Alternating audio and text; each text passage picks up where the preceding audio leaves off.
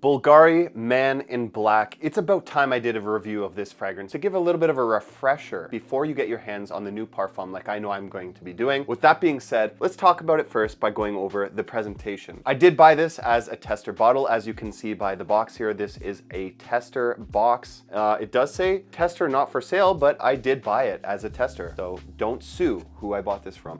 Fragrance buy. There's pretty much no indication on here. You know what? Let's get rid of that. No one cares about that. Let's look at the bottle. The bottle is incredible. I love the look of this bottle. It does look very classy, very elegant. I do also love the name Bvlgari Man in Black. It really represents what this fragrance is and what you should expect by it. The matte black, and you also get the glossy black gold kind of finishes here with the shell on the top of the atomizer. This is a twist to protect, so it does not need a cap. So as you can see, I cannot access the atomizer, and if I twist it forward, that is when I spray you in the face, like pepper spray. Don't make me do it. You better spray that like button and subscribe, or I'm gonna spray you in the face. And as you can see on the back, because I did buy this as a tester, I'm sure, there are the listed notes. If you look at the side, this is actually where a sticker that actually indicated it as a tester and told me the batch code and all the information I needed to know, but I removed it because my OCD is that bad. Chad has OCD. And if you look at the bottom, there is no sticker or batch code or information, but on the box, oh, where's that box? Where did I throw it to? On the box, it does say my batch code, which is 20M10DA1.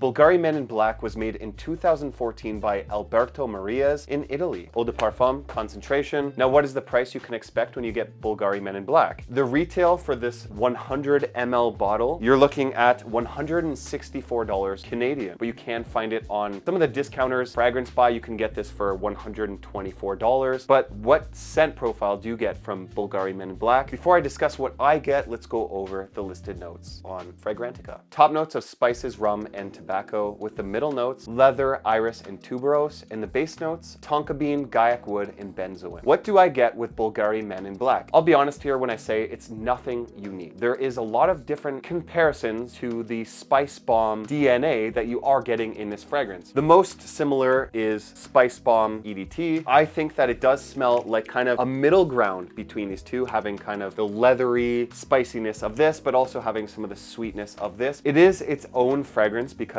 it does have that kind of booziness the rum is adding, but I do get a heavy base of that leather. Is it redundant to own Bvlgari Man in Black if you own either of these fragrances? I don't think so. If you consider any of the Spice Bomb flankers redundant, don't buy this because it does kind of smell like it ties to that DNA. Bvlgari Man in Black has a warm, sexy, classy, seductive kind of masculine edge to it that I would attribute more to the fall and winter time, even towards the nights. If you were to wear this as a man in black dressed up in a suit, it would very much match that look. This is a more classy, refined, sophisticated gentleman's fragrance that smells of high quality. It does have this almost mysterious sexiness to it. Like you could attribute this to the smell of Bruce Wayne, Batman. I do not specifically pick up iris. The benzoin I can definitely get. The tonka bean I can get. It's kind of giving this vanillic kind of sweetness to this fragrance, but not specifically vanilla. The tobacco, it's just adding this earthy element to this fragrance, but the spice is prominent. But let's discuss what, in my opinion, is the most underwhelming part of this fragrance. Unfortunately,